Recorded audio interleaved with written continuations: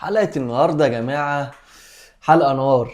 حلقة كل الأهلاوية مستنيينها وبيكتبوا لي في الكومنتات عايزينك تقول لنا التشكيل المتوقع للنادي الأهلي الموسم الجاي، وتقول لنا توقعاتك مين اللي هيعمل ايه في الموسم الجاي من النادي الأهلي وبيراميدز والزمالك. الحلقة دي يا جماعة هيكون فيها شغل عالي، شغل جامد جدا، زبدة. أنصحك تكملها للآخر، سواء أنت أهلاوي أو بتشجع الزمالك أو بتحب بيراميدز عشان أنت عايز تنكد على الأهلاوية والنادي الأهلي. قبل ما أبدأ وأقول لك كل التفاصيل دي، عايزك تصلي على النبي وتدعي لإخواتنا في غزة. تدعوا لإخواتنا في غزة يا جماعة، ربنا يقويهم وينصرهم. يعني لو في حاجة وحيدة بعملها صح من البرنامج ده، تبقى أهم حاجة الدعاء لأهل غزة. ويلا بينا نبدأ أجمد حلقة النهارده.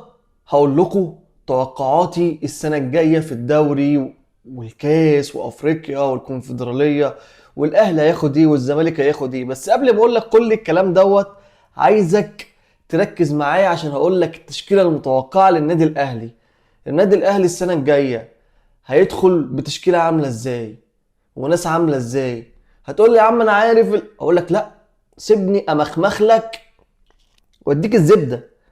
اديك الزبده كده، ارشها لك رشه كده حلوه جريئه. النادي الاهلي دفع فلوس كتير وجاب لعيبه جامده، بس مين هيلعب ومين مش هيلعب، وايه التشكيله اللي لو اتعملت هتبقى زي الفل. نبدا باول حاجه، الجون، حراسه المرمى.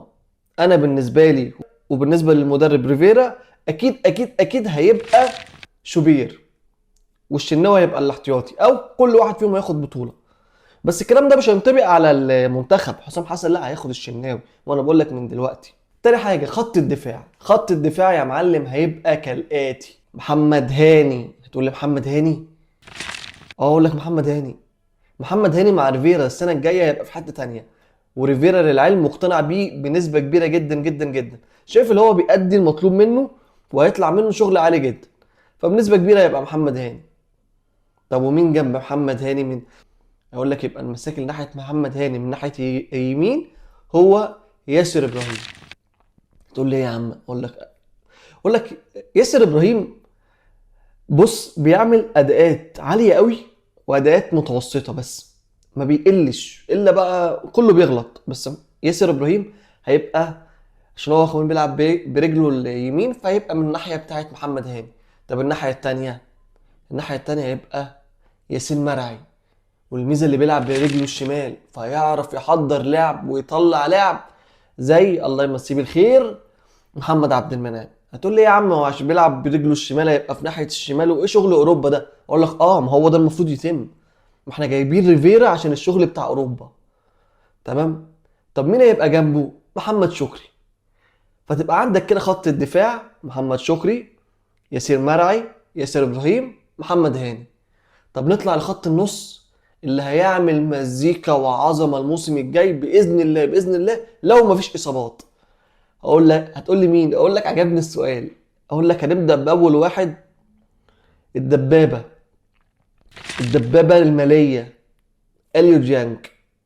حاجه كده عظمه، هيساعدك في قطع الكور، هيساعدك في بناء الهجمه، هيساعدك وانت مضغوط هينزل يبقى قلب دفاع. حاجه كده مش بتلاقيها كتير، كواليتي عالميه من القاره الافريقيه السمراء الجميله اللي زي الفل دي. طب مين قدامه؟ هيبقى قدامه عازفين الكمان اللي هيخلوا اللعب يبقى شكل ايه، مزيكا.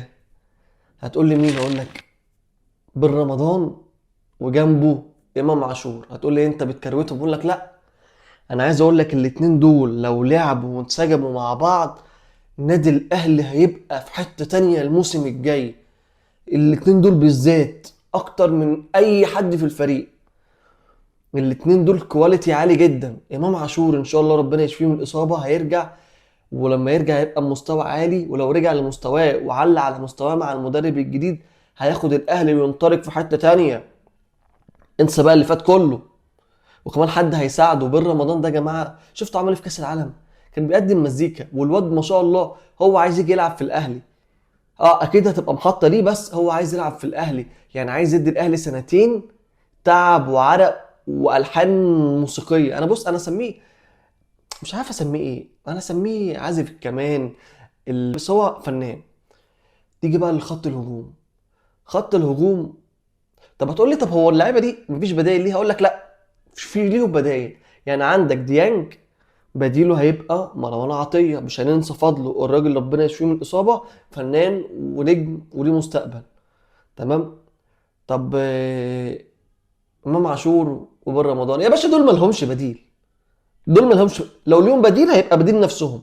يعني مثلا ينزل امام عاشور، بعد كده البديل بن رمضان، وده مش هيحصل. يا اما مثلا هتجيب بقى البديل مثلا ليهم، مثلا واحد زي زيزو، هتجيب واحد زي تريزيجيه وتطرفه مثلا. لكن دول ما لهمش بديل، عشان نبقى في الصوره. تمام. نيجي لخط الهجوم.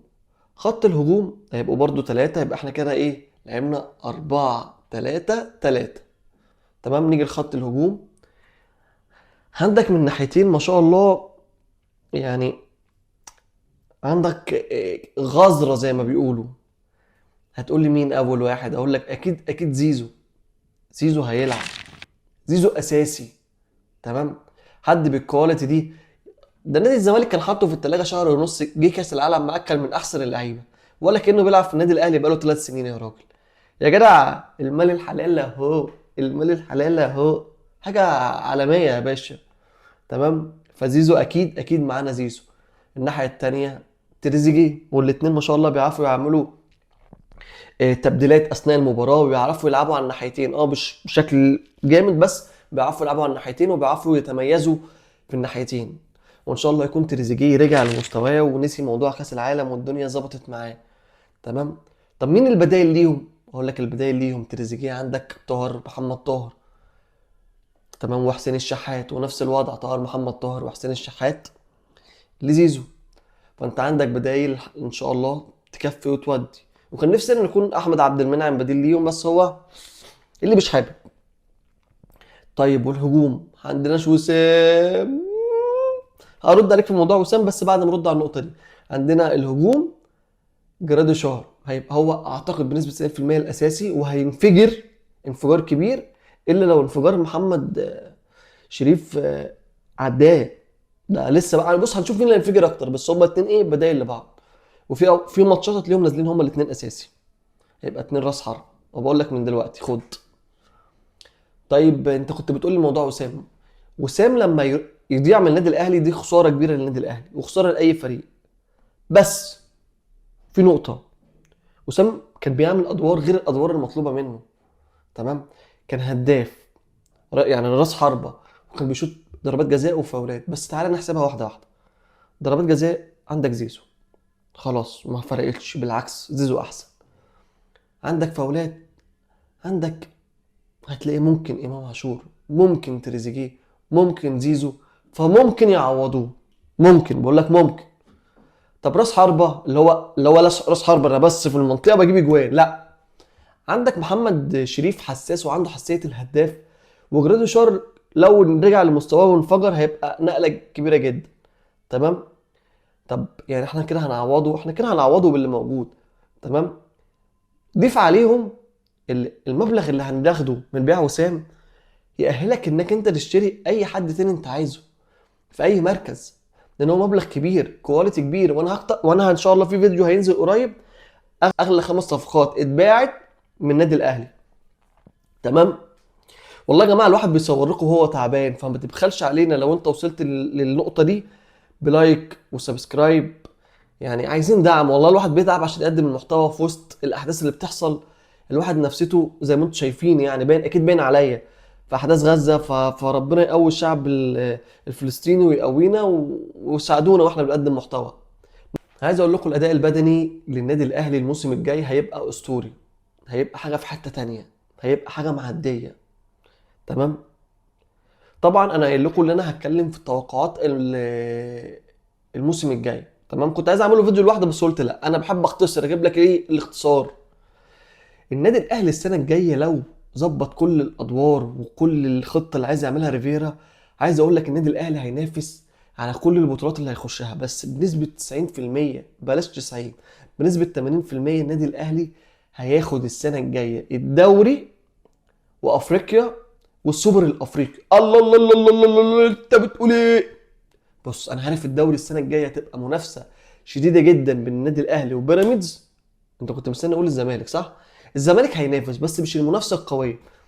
وهقول لك الزمالك هياخد ايه، طب يعني للاخر اقول لك الزمالك هياخد ايه. تمام. بس ان شاء الله الدوري وافريقيا والسوبر الافريقي اهلاوي اهلاوي اهلاوي.